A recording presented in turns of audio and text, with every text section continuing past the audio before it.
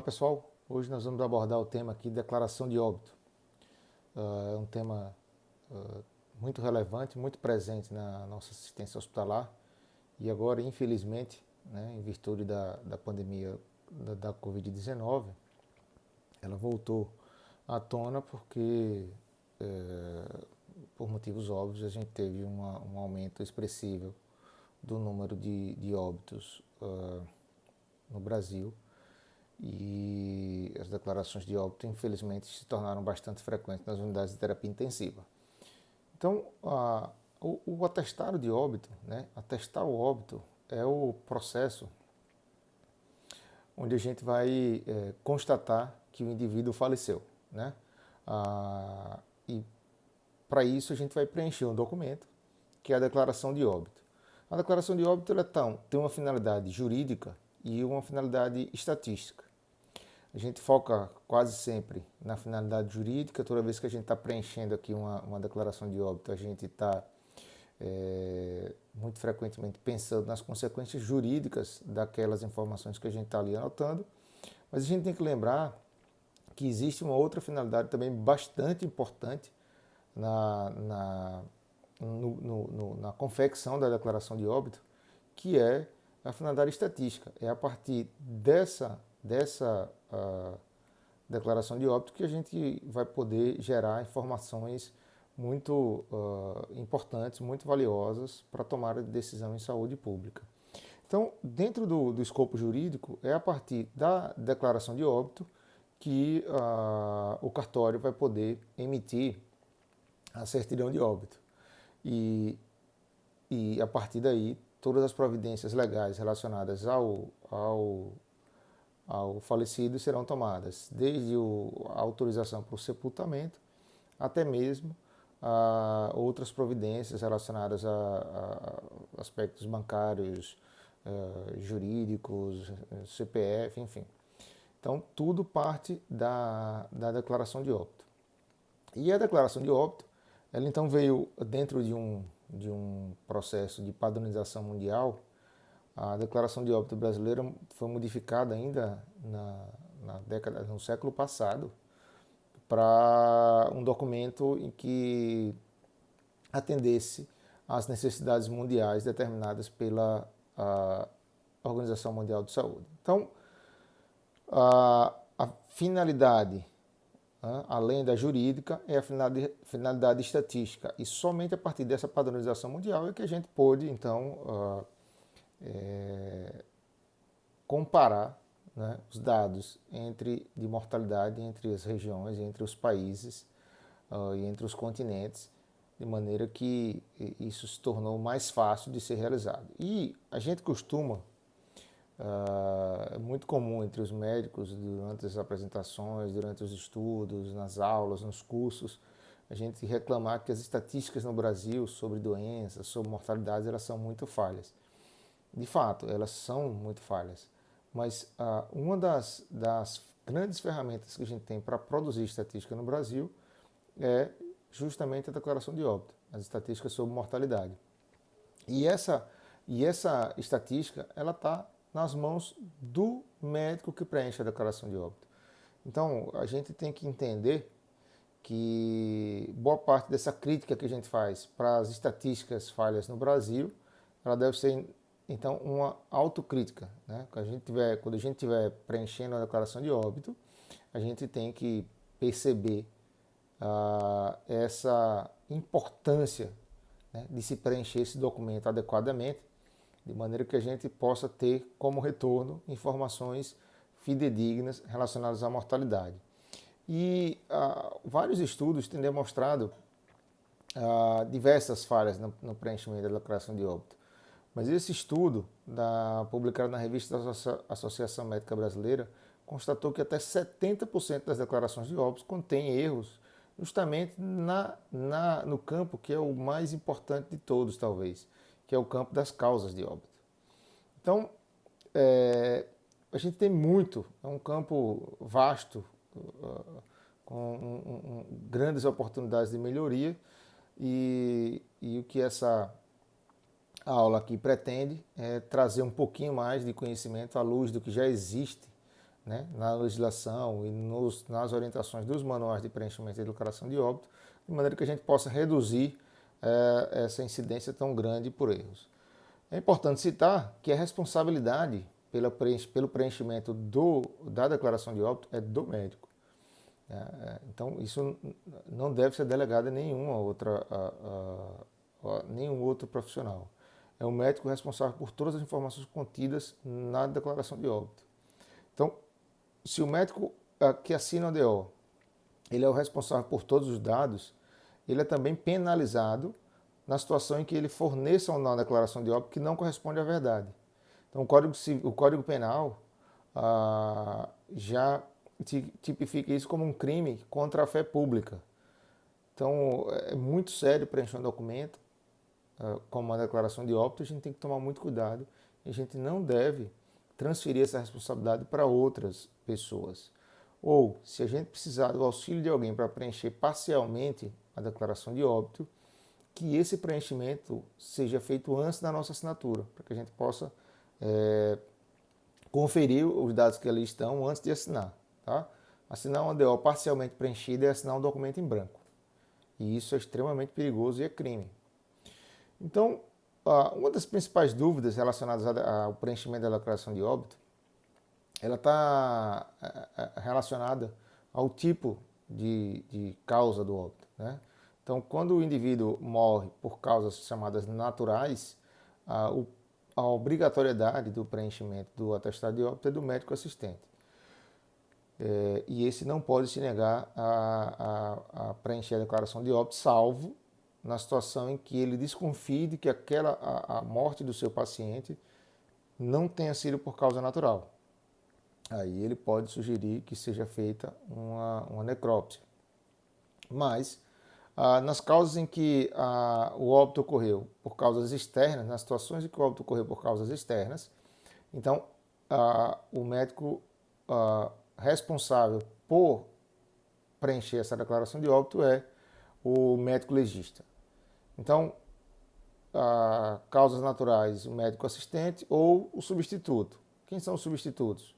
O plantonista, por exemplo, na situação de pronto-socorro, na situação de UTI, ou o médico diarista, tá? São os substitutos que podem preencher essa declaração de óbito mesmo na ausência do médico assistente. Já para as causas externas, sempre o IML, sempre o médico legista. Então, os cuidados que a gente tem que ter. Usar sempre letra legível, evitar ao máximo usar abreviaturas. Tá?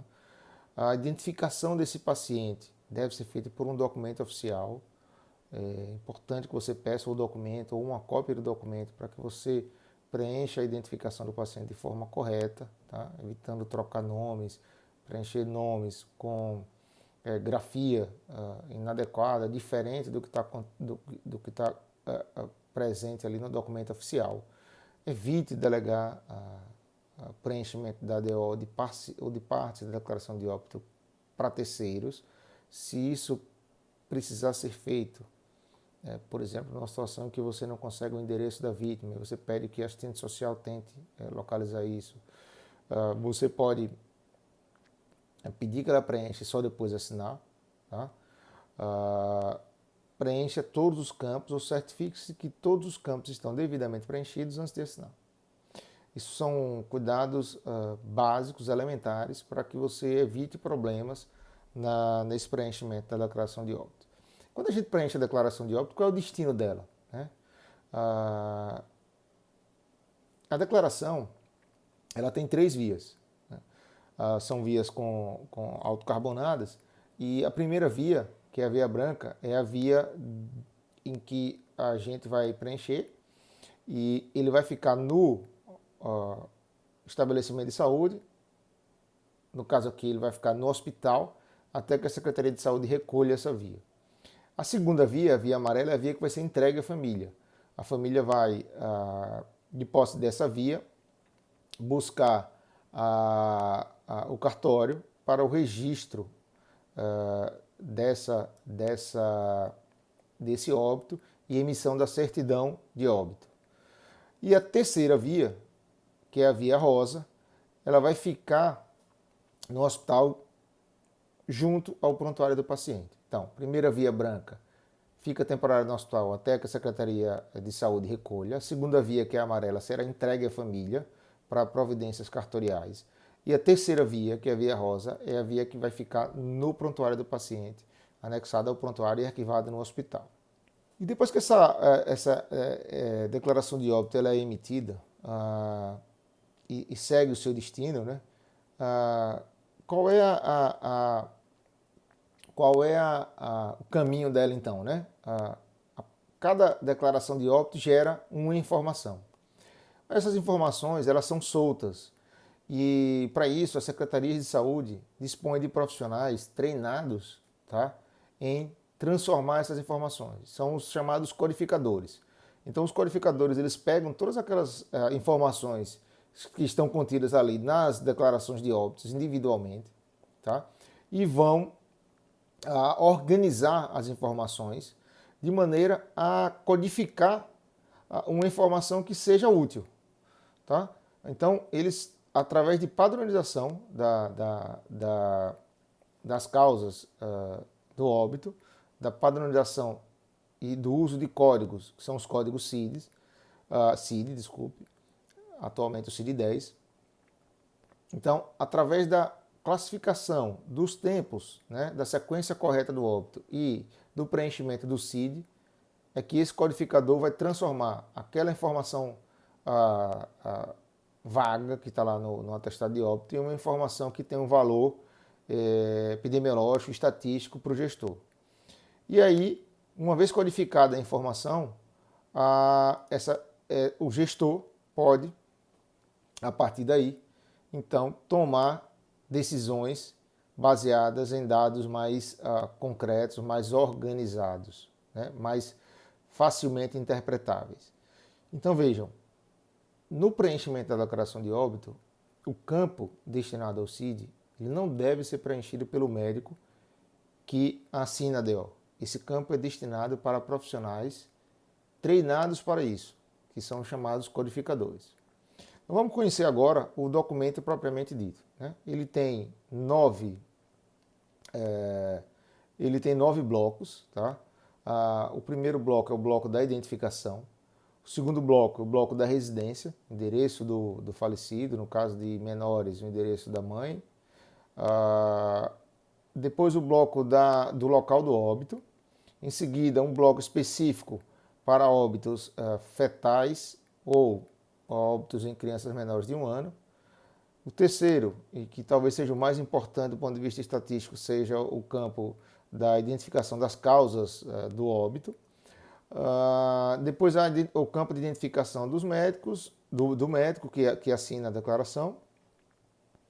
Em seguida, um campo para causas externas, o campo do cartório e o último campo é um campo que deve ser preenchido na situação em que a autoridade local determina que, na ausência de médico e na impossibilidade desse falecido ser encaminhado, desse corpo ser encaminhado a um serviço de verificação de óbito, que esse óbito seja constatado por terceiros, por profissionais não médicos, né? Então vamos falar aqui do bloco de identificação. Ó, ele é um bloco que tem 14 campos. Então são 14 campos distribuídos aqui nesse bloco e todos eles devem ser preenchidos adequadamente. Então o tipo de óbito, a data do óbito, o cartão SUS, a naturalidade do indivíduo. Então é importante que a gente tenha a identidade dele, o RG em mãos, nome completo, sem abreviaturas, nome do pai completo, sem abreviatura. Por isso que eu falo da necessidade de você ter documento em mãos, né? O nome da mãe, data de nascimento, idade, o sexo, raça, a situação conjugal, tudo isso vem no RG normalmente, né? O nível de escolaridade, que às vezes você não vai conseguir no documento, mas isso aqui a assistente social pode lhe ajudar a preencher, e a ocupação. Depois desse bloco vem um bloco de residência, tá? Que a gente vai colocar aqui o endereço do falecido, ou no caso de crianças menores de 1 ano, ou de menores de uma maneira geral, ou de fetos, a gente vai colocar o endereço da mãe. O bloco do local de ocorrências, e esse aqui, normalmente o hospital já coloca um carimbo nesse bloco, que contém todas as informações de maneira a gente padronizar e evitar erros. Um bloco para óbitos em fetos ou em crianças menores de 1 ano. Esses dados são todos dados relativos à mãe da criança. O bloco 5, que é o bloco que eu considero o mais importante do ponto de vista estatístico, tá? Que é o bloco das condições e das causas do óbito. Então, aqui convém frisar, e eu tirei o texto do manual de declaração de preenchimento da declaração de óbito do Ministério da Saúde, da FUNASA, em que ele traz o seguinte: os espaços destinados aos códigos da CID são destinados à codificação das causas pelo profissional responsável pelo trabalho. Esse profissional é o codificador de causas. Então, acreditem, existe uma equipe de profissionais treinados e reciclados periodicamente para atribuir um código CID a cada uma dessas causas de morte que a gente lista na declaração de óbito. Portanto, ela não deve ser preenchida pelo médico que atestou o óbito, ok? Ela vai ser preenchida por um profissional habilitado para fazer isso da forma correta, que às vezes, inclusive, precisa alterar a sequência aqui das causas de óbito, quando ele percebe que há uma incongruência nos dados, tá certo? Então, a sequência de preenchimento aqui é causa imediata, né? Causa X, que ocorreu em função de causa Y, que ocorreu em função de uma causa Z, que ocorreu pela doença de base ou pela doença que gerou tudo isso aqui. Condições comorbidades que o paciente eventualmente tenha, mas que não tenham contribuído direto para a morte e que sejam importantes do ponto de vista epidemiológico, devem estar aqui. Então, diabetes, hipertensão, uma doença, uma neoplasia, tá? É importante descrever, quando for neoplasia, onde é a neoplasia, tá? Neoplasia maligna de colo do útero, por exemplo. O campo de identificação do médico deve ser completamente preenchido. Aqui convém frisar que não há uma obrigatoriedade do carimbo, ok? Basta que você preencha o nome do médico por extenso, em letras legíveis. Aliás, toda a declaração de óbito, por ser manuscrita, ela deve ser preenchida com muito cuidado e de forma legível, tá? Isso é um documento oficial que tem amplas consequências, como eu já citei. O número do registro do médico no CRM local, a data do atestado, o meio de contato do médico e a assinatura que deve ser feita por extenso. Além disso, esses outros 3 campos são menos preenchidos por quem trabalha em hospital, que são os campos relacionados a causas externas, porque aqui quem faz quem preenche a declaração de óbito é o legista, o campo relacionado ao cartório e o campo, como eu já falei, para localidades sem médico. Então, a sequência é causa imediata ou terminal, aquela que gerou a morte, com uma causa intermediária, uma segunda causa intermediária e a causa básica da morte. E aqui, outros estados patológicos que podem ter contribuído para a morte, mas que não estão relacionados efetivamente a essa causa base, ok? Então vamos trazer aqui alguns exemplos para a gente tornar essa apresentação mais didática. Então imagina aqui que a gente tem um paciente diabético que deu entrada no pronto-socorro às 10 horas com história de vômitos. Ele estava com hematêmese desde as 6 horas da manhã. Às 8 horas ele passou a apresentar desmaios e chegou no pronto-socorro bastante escorado e chocado, PA inaudível. A família fala que ele é um portador de esquistossomose maçônica, com diagnóstico já há 5 anos, e que 2 anos atrás ele esteve internado também em função de hematêmese. Ele recebeu alta e já tinha nessa ocasião, então, o diagnóstico de varizes de esôfago. Então, do ponto de vista cronológico, ele tem 5 anos atrás o diagnóstico de esquistossomose, 2 anos atrás o diagnóstico de varizes de esôfago. E às 12 horas, admitido no hospital às 10, às 12 horas ele apresentou uma PCR e que não foi, a reanimação não foi bem sucedida e o paciente acabou indo a óbito. Então, como é que a gente preencheria a declaração de óbito desse paciente? Então, a primeira coisa é, o que provocou a morte? Né? Uma situação de hematêmese, a causa imediata da morte foi choque hipovolêmico. Então, choque hipovolêmico, campo importante a ser preenchido. A gente foca muito em tentar preencher o CID, que não é atribuição nossa, mas esquece de preencher isso aqui, muito pouco valorizado e extremamente importante para o codificador. Choque hipovolêmico, depois ruptura de varizes esofagianas. Por quê? Porque foi a hora que que ele começou a vomitar. Então, por que 6 horas? Porque foi a hora que ele relatou que começou a vomitar.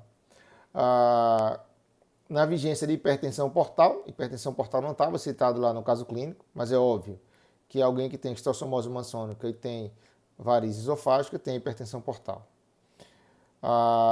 E estrossomose maçônica diagnosticada há 5 anos. Então, estrossomose diagnosticada há 5 anos, há 2 anos ele já tinha hipertensão portal. Notem que lá no caso clínico, hipertensão portal não estava citado. Mas por que 2 anos? Foi o primeiro evento que ele teve hematêmese. Foi quando foi diagnosticada a varize de esôfago. Então está fechado ali o diagnóstico de hipertensão portal. Tá? E como é um caso interveniente, ele tem lá diabetes mellitus, que pode ter contribuído para isso aqui. Ele poderia ter um coração já doente, que não suportou essa hipovolemia, mas que não é uma causa direta do óbito, mas é uma condição a ser citada. Ok? Então vamos para um segundo caso agora. Um paciente TH com comprometimento cardíaco internado com história de distensão progressiva do abdômen.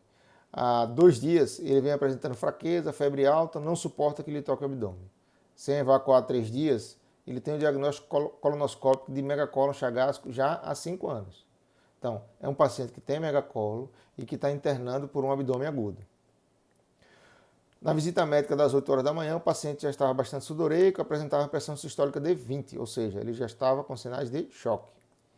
O dialista, após avaliar o hemograma, trocou o antibiótico e começou a tomar as medidas para tratar o choque, inclusive aumentando a vazão de noradrenalina algumas vezes. Às 16 horas, ele apresentou uma PCR e também não mais voltou, acabando por falecer nesse horário. Então, a causa aqui seria o quê? Choque séptico, porque a gente está tratando de um abdômen agudo. Então, choque séptico secundário a uma peritonite aguda, abdômen agudo. Ele tinha sintomas de peritonite aguda, não aguentava que ele tocasse o abdômen, não é isso? Volvo de sigmoide, a potencial causa, ele não chegou a ser operado, mas isso é uma potencial causa. Por quê? Porque já tinha diagnóstico de megacólon chagásico. Então, não devo pensar em apendicite, certo? Então, notem que às vezes a gente não tem a precisão da causa, mas a gente supõe, com base em plausibilidade, qual teria sido a causa da peritonite aguda. O paciente nem chegou a ser operado, mas a gente imagina que a causa tenha sido um volvo de sigmoide, porque é o mais comum no paciente que já tem diagnóstico de megacólon chagásico. Então, 3 dias e que parou de evacuar, né? Então, há 5 anos ele tem megacólon, há 3 dias ele provavelmente cursou com um volvo de sigmoide, foi quando ele parou de evacuar. Há 2 dias, então, um dia após, 2 dias antes do óbito, ele começou a ter sinais de peritonite e foi admitido com choque séptico, evoluindo para óbito. De condição interveniente, que pode ter contribuído para isso aqui, como eu falei, o paciente tem cardiopatia chagásica, ele pode não suportar menos um choque séptico, ele já tem uma disfunção orgânica de base. Então, esse paciente, a cardiopatia chagásica vai entrar aqui, tá? Se a gente souber há quanto tempo ele tem cardiopatia chagásica, a gente vai colocar também aqui o tempo de diagnóstico dessa cardiopatia, que normalmente a gente, se não tiver no prontuário, a gente vai precisar coletar com os familiares. Terceiro caso, paciente que apresentou dor no peito, forte dor no peito 1 semana atrás, acompanhada de sudorese e tontura, foi atendido no serviço de emergência, diagnosticado com infarto agudo do miocárdio. Ele estava com uma PA normal, mas informou que ele tinha uma pressão alta desde a idade de 30 anos. Então, era um paciente aqui já com 50 anos e que há 20 anos ele apresentava hipertensão arterial sistêmica. Então,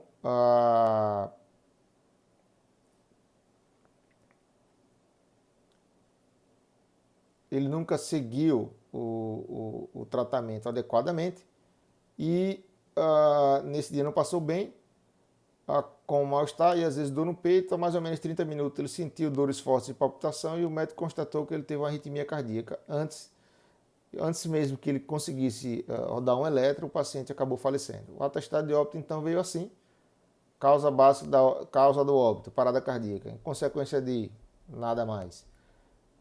condição interveniente, ele colocou aqui insuficiência mitral, né? Não sei. I.M pode ser qualquer coisa, mas provavelmente ele queria falar aqui que se tratava de um infarto do miocárdio. Então, a gente tem que evitar esses termos que são genéricos, tá? Parada cardíaca, morte encefálica, siglas, mesmo que sejam siglas conhecidas, como EAP para edema agudo de pulmão, IAM para infarto agudo do miocárdio, essas siglas devem ser evitadas. A gente deve escrever o evento por extenso. Então, vamos evitar fazer isso aqui. Então, a forma correta de preencher o atestado desse paciente seria arritmia cardíaca, há quanto tempo? Ou fibrilação ventricular, mas ele não conseguiu nem fazer o elétrico. Então, arritmia cardíaca, pelas características clínicas que o paciente apresentou, aproximadamente 30 minutos, decorrente de infarto agudo do miocárdio, provavelmente uma semana também, porque foi quando ele começou a ter os sintomas do torácica, e secundária hipertensão arterial, que ele tinha há pelo menos 20 anos. Então, se a gente tem uma precisão do diagnóstico, a gente coloca o tempo de doença. Se não tem, a gente pode estimar ou aproximar. E agora vamos trazer alguns dados referentes a esse nosso momento, né, atual, que graças a Deus deve estar no final, que é o preenchimento da declaração de óbito nos pacientes diagnosticados com Covid. Então, a terminologia oficial é Covid-19 para a doença. A gente deve evitar colocar na declaração de óbito o termo coronavírus. O coronavírus é o agente infeccioso. A doença é Covid-19 padronizada internacionalmente. Se no momento do preenchimento da declaração de óbito a causa da morte não estiver confirmada como Covid, a gente pode colocar como suspeita, ou seja, o paciente não tem o diagnóstico de Covid ainda, né? Não teve lá RT-PCR, ou não teve um quadro clínico compatível, veio só com um teste rápido, enfim, a gente vai colocar então no campo relativo suspeita de Covid. Já se o paciente tem o quadro confirmado, a gente vai colocar Covid-19. Então, se ele tem o diagnóstico, se ele tem o quadro clínico compatível com Covid, a gente vai colocar na declaração de óbito Covid-19 como uma das causas. A recomendação para o preenchimento de suspeita de Covid é internacional, tá? E visa captar o maior número de óbitos possíveis pela doença. E não há problema em colocar suspeita de Covid, porque isso ficará sob investigação das secretarias de saúde, ou das municipais ou das estaduais. Elas ficarão com a responsabilidade de finalizar esse óbito, né, para quantificar, para qualificar ele como Covid efetivamente ou não Covid. Então, numa situação, vamos trazer aqui algumas situações para Covid especificamente, né? Aqui o caso de preenchimento de uma DO num paciente que já tinha confirmado o Covid, né? Já tinha exame laboratorial, já tinha RT-PCR confirmado. Então, um indivíduo de 45 anos que tem hipertensão arterial e obesidade mórbida há 15 anos e evoluiu para óbito. Ele foi admitido no hospital com quadro de infecção respiratória aguda, dias antes do óbito. No dia seguinte, 3 dias antes. No dia seguinte, ele progrediu para pneumonia, 2 dias antes do óbito. O quadro agravou, entrando em insuficiência respiratória aguda. Horas antes do óbito, ele estava em insuficiência respiratória aguda e acabou evoluindo para a morte. A sequência ficaria então assim: insuficiência respiratória aguda foi a causa imediata, algumas horas antes, então a gente pode colocar aqui só horas antes. Pneumonia, 2 dias atrás. Infecção respiratória aguda e Covid-19. Por quê? Porque ele tinha um teste positivo para Covid.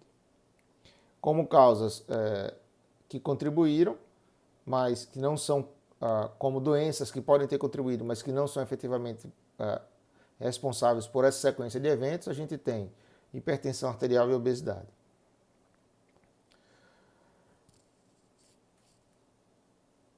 Um outro caso, o caso suspeito de Covid, ele não tinha o exame ainda, tá? Ele internou com um quadro clínico compatível, mas não tinha ainda o resultado do exame.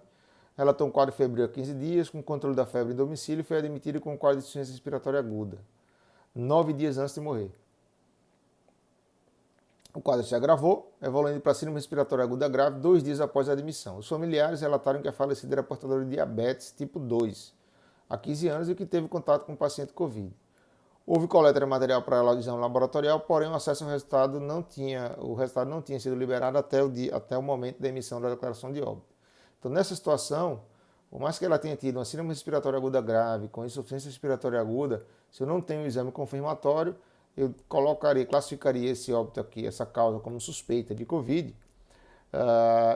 e as secretarias de saúde é que vão definir se efetivamente isso foi um óbito provocado por Covid ou não. Nossa parte acaba aqui, ok? A cronologia dos eventos e como causa adjacente, a gente teria, a paciente tinha diabetes tipo 2, já com 15 anos de diagnóstico. Outra situação, agora uma situação aqui de causa externa, um homem de 75 anos que estava em quarentena, já tinha o diagnóstico de Covid, ele estava em casa cumprindo sua quarentena, acabou sendo levado ao hospital depois que ele sofreu escorregando no banheiro, batendo com a cabeça. Ele teve um traumatismo crânioencefálico grave, precisou ser operado no hospital e morreu 2 dias após. Então, essa declaração de óbito, veja, uma causa externa, um traumatismo crânioencefálico, ela vai ser preenchida pelo IML. Mas lá no IML, essa sequência deverá ser mantida. Então, traumatismo crânioencefálico como causa imediata da morte, tá? Queda por escorregão em casa, 2 dias antes da morte, e diagnóstico de Covid 10 dias antes do óbito. Veja que Covid não foi a causa nem da queda, nem do TCE. Mas ela era uma doença e é uma informação epidemiológica importante, que é esse diagnóstico de Covid. Por quê? Porque envolve procedimentos de segurança relacionados ao sepultamento e ao manejo desse corpo. Então precisa conter na declaração de óbito essa informação. Portanto, esse esmero, né, todo esse conhecimento relacionado à declaração de óbito é importante para que a gente tenha cada vez mais cuidado no preenchimento, porque, como eu falei, eu preciso voltar naquele slide, nós médicos que tanto reclamamos de estatística, nós somos, em última análise, um dos principais responsáveis por essa falha na estatística. A gente dificulta o trabalho das secretarias de saúde quando a gente preenche de forma inadequada uma declaração de óbito. Então a gente precisa ter mais cuidado na hora de preencher de forma legível, não delegar para outros profissionais o preenchimento, ainda que parcial, da declaração de óbito, não delegar para profissionais não médicos, porque você pode delegar para outro médico essa função, digamos que o óbito que tenha ocorrido no final do plantão, o seu colega também assistiu o óbito, viu o corpo ainda está lá, constatou o óbito, ele pode tranquilamente, você registra em prontuário, o médico que está saindo registra em prontuário, e o médico substituto pode tranquilamente preencher aquela DO, porque às vezes você não tem a DO no local, o serviço social está fechado, você precisa esperar, e às vezes o médico está saindo para outro plantão. Então, você pode delegar isso ou pedir a ajuda para o colega que está entrando preencher essa declaração de óbito. Porque fala de pedir para alguém preencher uma declaração que você vai assinar, é um profissional não médico. Então, se você pede para alguém assinar, preencher, ainda que parcialmente, somente assine depois que a declaração estiver preenchida. E às vezes, isso é até factível, pedir para alguém que tem uma letra mais legível, né, preencher e você assinar. É até importante você fazer isso, desde que você não assine antes de preenchida. Então, alguém com a letra melhor, né, mais legível, que facilite o trabalho do codificador, preenche e você pode assinar ao final do preenchimento. Jamais assinar uma declaração com campos em branco para que sejam preenchidos depois, pelo amor de Deus. Então, eu finalizo aqui com a frase do Suassuna, que o homem não nasceu para a morte, o homem nasceu para a vida e para a imortalidade. Mas uma vez que ele morre, ele tem direito a uma informação qualificada na sua declaração de óbito. E foi esse o propósito dessa aula e eu agradeço a todos vocês.